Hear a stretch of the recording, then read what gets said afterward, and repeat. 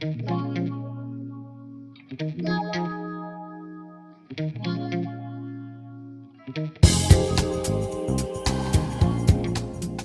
actualitzacions dels calendaris vacunals, en aquest sentit, obeeixen a justificacions sobretot basades en evidència científica, ja sigui per canvis, per incidències de noves malalties en aquest sentit, o per estudis que avalen una justificació i una indicació nova a certs grups d'edat per motius de mantenir una immunitat en aquest nivell i evitar les conseqüències de patir una malaltia que pugui ser prevenida. En aquest sentit, aquest any hem tingut incorporacions a nivell del calendari pediàtric, com és la indicació de la vacunació sistemàtica en infants de 6 mesos fins a 5 anys, degut a que és un grup altament vulnerable de patir la malaltia. A més, s'ha objectivat que les conseqüències de patir una grip moltes vegades comporten complicacions molt semblants a les que podria patir una persona gran al tenir la malaltia de la grip, i a més, ja que són un dels principals grups transmissors de la malaltia. Per tant, immunitzant a aquests infants en aquest franja d'edat, fem que no patissin les conseqüències de patir la malaltia, això principalment, i a més ajudem a tallar aquelles cadenes de transmissió de la grip, protegint també a població que pugui ser vulnerable. Per altra banda, també trobem la immunitat pel virus sincicial, en aquest cas per l'UVRS, que és el responsable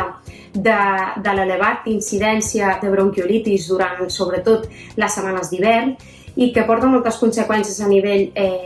pulmonar pels nadons, fins i tot amb complicacions molts que acaben en hospitalitzacions. Per tant, prèviament no existia cap tractament prou efectiu com per evitar aquestes complicacions i aquesta transmissió, i ara s'inclou aquesta possibilitat d'immunització pel virus UVRS en aquests infants i preveure que d'aquesta manera aquest hivern sigui una incidència molt més baixa, prevenint aquestes complicacions que puguin tenir aquests nadons pel fet de patir aquesta malaltia.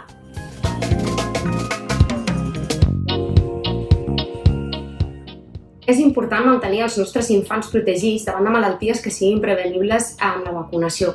En aquest sentit, el programa Infància en Salut, un programa del Departament de Revisions Sistemàtiques en l'edat pediàtrica, permet en aquest moment de contacte amb el sistema sanitari l'administració de les vacunes sistemàtiques pertinents i segons edat, segons el calendari vigent de Catalunya actualment. En aquest sentit, a més, també s'aprofita les visites oportunistes per poder realitzar aquesta vacunació en persones que no tenen tant d'accés al sistema sanitari. Llavors, a banda de les revisions, s'aprofita aquests espais de contacte amb el sistema de salut per poder oferir un consell i un suggeriment actiu sobre els beneficis de la vacunació en edat pediàtrica i en aquell moment, si es pot, també s'administren les vacunacions pertinents en aquest infant que per al motiu que sigui no les tenen administrades. També els equips de pediatria realitzem d'alguna manera aquesta recerca proactiva de persones i infants que són candidats a l'administració de certes vacunacions i contactem amb aquestes famílies per tal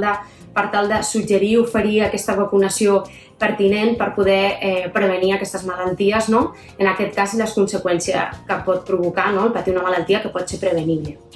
És important vacunar els infants per tal d'evitar aquestes conseqüències de patir una malaltia que, com s'ha dit abans, són prevenibles amb la vacunació,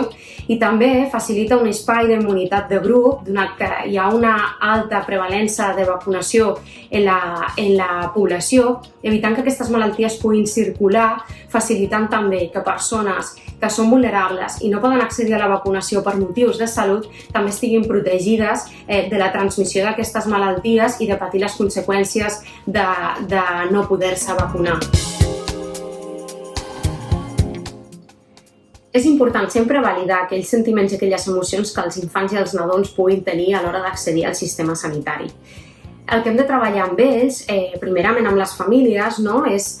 com oferir aquesta informació que necessita l'infant per conèixer què es farà a la visita, què implicarà la vacunació i què s'espera de la vacunació. És molt important no mentir a aquest infant, ja que es pot sentir frustrat i pot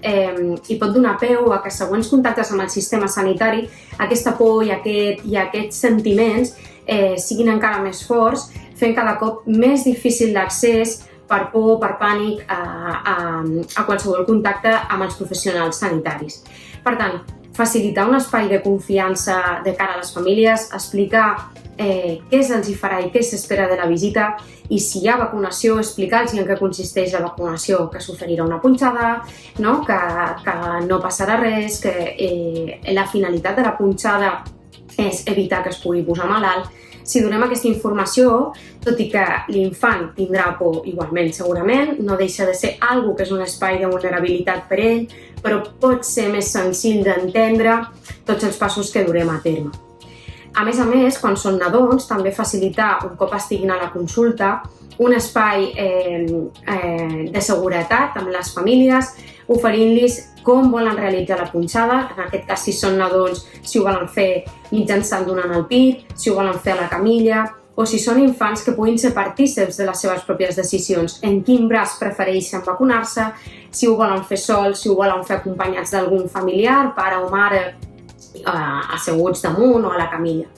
Això facilita que ells també es sentin protagonistes d'aquell moment, que tot i passar per un tràngol que per ells pugui ser complicat, han format part de la decisió i facilita que d'altres contactes amb el sistema sanitari puguin viure-ho de manera més tranquil·la i més relaxada.